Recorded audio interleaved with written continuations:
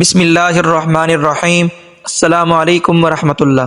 سامعین مکرم، 3 وقت ایسے ہیں کہ جن میں قرآن پاک نہیں پڑھنا چاہیے۔ آج یہ بات آپ کے ساتھ شیئر کر رہے ہیں کیونکہ آپ جانتے ہیں کہ رمضان المبارک کا مقدس مہینہ چل رہا ہے۔ الحمدللہ اس میں کثرت کے ساتھ مسلمان تلاوت کلام پاک کرتے ہیں۔ یقیناً آپ بھی قرآن کریم کی تلاوت کر رہے ہوں گے۔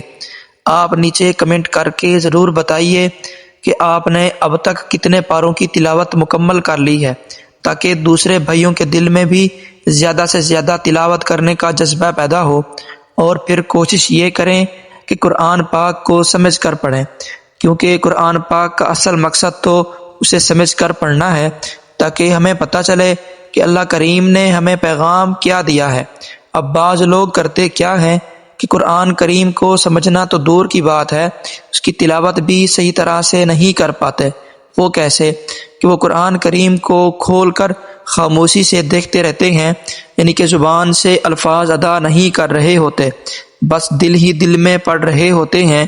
یہ یاد رکھیے کہ قرآن کریم کی تلاوت کرنے کی جو فضیلت ہے، جو اجر و ثواب ملتا ہے، وہ دیکھنے سے نہیں بلکہ پڑھنے سے ملنے والا ہے، کیونکہ حدیث مبارکہ ہے، حضرت عبداللہ ابن مسعود رضی اللہ تعالی عنہ حضور نبی رحمت صلی اللہ علیہ وسلم کا فرمان نقل کرتے ہیں کہ حضور نے فرمایا کہ جس میرے غلام نے قرآن کریم کا ایک حرف پڑھا تو اسے 10 نیکیاں ملیں گی، اور پھر آگے حضور نے مثال دیتے ہوئے ارشاد فرمایا کہ جس نے صرف الف لام میم پڑھا تو اسے 30 نیکیاں ملیں گی، کیونکہ یہ 3 حروف کا مجموعہ ہے، الف لام میم۔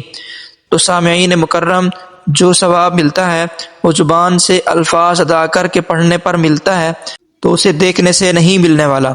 ہاں، اگر آپ نے قرآن پاک اٹھایا ہے، اسے سینے سے لگایا ہے، اسے دیکھ بھی رہے ہیں، ان چیزوں کا تو ثواب آپ کو ملے گا، مگر پڑھنے پر جو اجر و ثواب ملتا ہے وہ تبھی ملے گا جب آپ اس کی تلاوت کریں گے۔ اب تلاوت کا مطلب یہ ہے کہ حروف کا زبان سے ادا کر کے پڑھنا، اور پھر اس کی ادائیگی کم از کم اتنی آواز میں تو ضرور ہونی چاہیے کہ اگر خاموشی سے سناٹا چھایا ہوا ہے تو پھر آپ اپنے کانوں سے خود یہ سنیں کہ آپ پڑھ کیا رہے ہیں۔ تو سامعین مکرم، ایک بہت بڑی غلطی ہے جو کہ اکثر لوگ کرتے ہیں، یعنی قرآن کریم کو کھول کر دیکھ رہے ہوتے ہیں، نہ زبان ہل رہی ہوتی ہے اور نہ ہی ہونٹ حرکت کر رہے ہوتے ہیں، بلکہ منہ بند کر کے دل ہی دل میں اس کو اپنے تصورات میں پڑھتے جا رہے ہوتے ہیں۔ اس کو پڑھنا نہیں کہتے۔ اب یہ جانیے کہ 3 اوقات کون کون سے ہیں کہ جن میں قرآن کریم کی تلاوت کا نہ کرنا بہتر ہے۔ نمبر 1 پر ہے طلوع آفتاب کا وقت، یعنی کہ جو وقت مکروہ ہے طلوع آفتاب کا، مطلب جب سورج طلوع ہو رہا ہوتا ہے تو یہ تقریباً 15-20 منٹ کا وقت ہوتا ہے جو مکروہ ہوتا ہے، اس میں تلاوت کو شروع نہ کرنا یہ بہتر ہے۔ دوسرے نمبر پر ہے زوال کا وقت، یعنی جب سورج بالکل سیدھے سر کے اوپر ہو، نہ دائیں طرف جھکا ہو اور نہ ہی بائیں جانب، یہ بھی تقریباً 15-20 منٹ کا وقفہ ہوتا ہے۔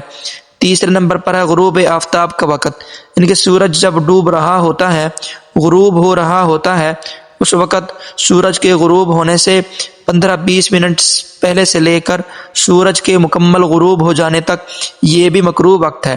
اس میں بھی تلاوت کا شروع نہ کرو، اس میں بھی تلاوت کا شروع نہ کرنا یہ بہتر ہے۔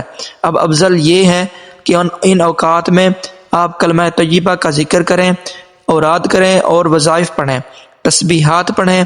آخر میں یہ بھی بات یاد رکھ لیں کہ اگر کوئی بندہ ان اوقات میں تلاوت کرتا ہے تو وہ گنہگار نہیں ہوگا، اور پھر قرآن کی تلاوت کرنا جائز بھی ہے۔ ہاں، اگر نہ کریں تو بہتر ہے، کیونکہ اس لیے کہ ان مکروہ اوقات میں سجدہ کرنے سے منع کیا گیا ہے۔ تو پھر اسی بنا پر علماء کرام نے لکھا ہے کہ سجدہ جو ہے نماز کا ہوتا ہے، یا پھر سجدہ شکر ہے، یا اسی طرح سجدہ تلاوت ہے۔ ان مکروہ اوقات میں ان تمام سجدوں سے منع کیا گیا ہے، وہ اس لیے کہ جو لوگ سورج کی پوجا پاٹ کرتے ہیں ان 3 اوقات میں سورج کی عبادت کر رہے ہوتے ہیں۔ ان اوقات میں سجدہ کرنے سے منع اس لیے کیا گیا ہے تاکہ ان سورج پرستوں کے ساتھ ہماری مشابہت نہ ہونے پائے، پھر اسی بنا پر بعض علماء کرام نے یہ بھی لکھا ہے کہ ان 3 مکروہ اوقات میں قرآن کریم کی تلاوت شروع نہ کرنا جو ہے یہ بہتر ہے، لیکن اگر کوئی کر لیتا ہے تو گناہ گار نہیں ہوتا۔ اس میں یہ بھی بات سمجھنے کے قابل ہے کہ اگر کوئی ان اوقات سے پہلے تلاوت کر رہا تھا تو تلاوت کرتے دوران یہ وقت شروع ہو گیا تب تو بالکل بھی کوئی حرج نہیں ہے، لہٰذا بہتر ہے کہ ان اوقات میں تلاوت کے شروع کرنے سے کلمہ طیبہ اور ذکر و اذکار کیے جائیں تو یہ اچھا ہے۔ اللہ کریم عمل کرنے کی توفیق عطا فرمائے۔